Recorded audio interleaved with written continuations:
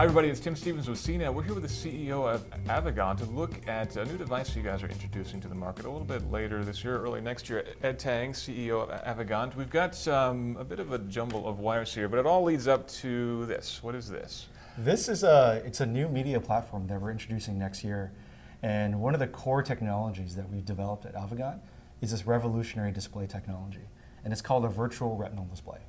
And what's different about a virtual retinal display versus any other kind of display is that it projects light directly into your eye. We're actually mimicking your natural vision, right? Because objects around us, nothing is emitting light, nothing is glowing light, right? Everything we see around us is reflected light. And that's why things just seem that much more real, vivid, natural, but most importantly, comfortable. So from a hardware standpoint, how does that compare to something like a traditional virtual reality headset, which has something like an LCD in front of your eyes? Right, so LCD panels like LCDs and OLEDs, those are all emissive light. So it's very challenging to get emissive light to look really, really good and really comfortable for your eye. And by reflecting light into your eye is how we can mimic that natural vision. And we have a really, really interesting approach to addressing that issue. And what is that? We're using a brand new micro mirror technology here. Now I know Google looked into technology like this when they were developing glass, and they ultimately went a different path because they had some issues with trying to get the light to focus correctly for a wide variety of people. How have you been able to address that? My co-founder is a brilliant scientist, and so he was able to have some of the best optical design resources. Now, I think there are probably some people who'd be a little bit worried about something beaming an image directly under their eyes. Is there any concern about eye strain or no, not at all. or anything like that? Where previously people have tried using lasers, and that's inherently, there's some dangers to that. We're not using any lasers. We're using a very, very low power light source, and all it is simply shining a really dim light on some mirrors. So from a consumer standpoint, what's the main advantage of this sort of technology over a traditional LCD panel or something like that? You get a completely different level of realism.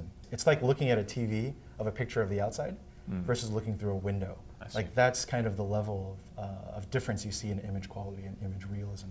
You can stare at it for hours, you can stare at it all day, and it feels totally comfortable, unlike staring at an LCD screen where your eyes get tired after an hour. So inherently the resolution of this is WXGA, which is 1280 by 800. But what's interesting is because of the way we send light into your eye, the perceived resolution is incredibly high. So when you get a chance to see it, you'll notice that you don't see any pixelation, any screen door effect, no gaps in the screen. The other interesting thing to point out is not only is the resolution really high, but the frame rate can be extremely high. I mean, this prototype right now can run 240 frames a second. Wow. And we're able to push that up if we need to. But would you see this hitting the market maybe as something like a competitor to the Oculus Rift with gaming style applications, or maybe more for multimedia style 3D imagery applications? Or we're very focused on the media standpoint right now. There's a lot of interest in Oculus, what they're doing with virtual reality. I think it's fantastic. Them trying to bring virtual reality to the mass market. And then the other end of the spectrum, you have something like Google Glass, where they're trying to give you that always connected kind of glanceable display. Right. We're kind of targeting a different market here. We think that that with the level of experience that we can deliver here, that there's something really interesting, and we're seeing a lot of demand from consumers who want to consume media and games. So go ahead and put it on.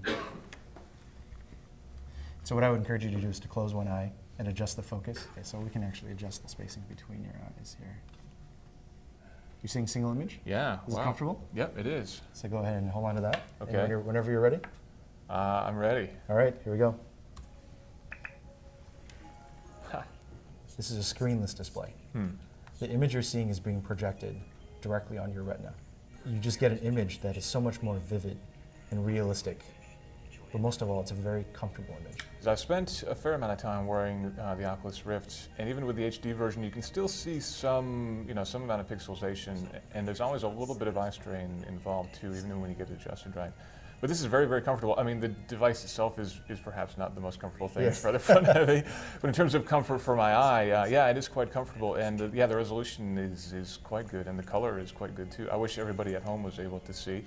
All right, now we have a new version, or a different version, I guess we should say, of the prototype here, which adds head tracking and slightly different design. But the big difference is this one's got head tracking stuck on the side here. Right. Yep. It's a slightly different prototype based around the same technology. We're always continually trying out different sensors and different adjustment mechanisms. So there's just another element that you can experience. All right, let's try this guy out. Aha. So what you're seeing is a very, very low resolution video streaming off the internet. So now, again, prototype hardware, when might we expect to see something a little bit more finalized? We expect to have a consumer-facing prototype early in Q1 next year. Maybe CES time, Maybe January? CES, we'll see. That'd be great. All right, Ed, thanks very much for bringing this by. It was a pleasure. I can't wait to see the final version.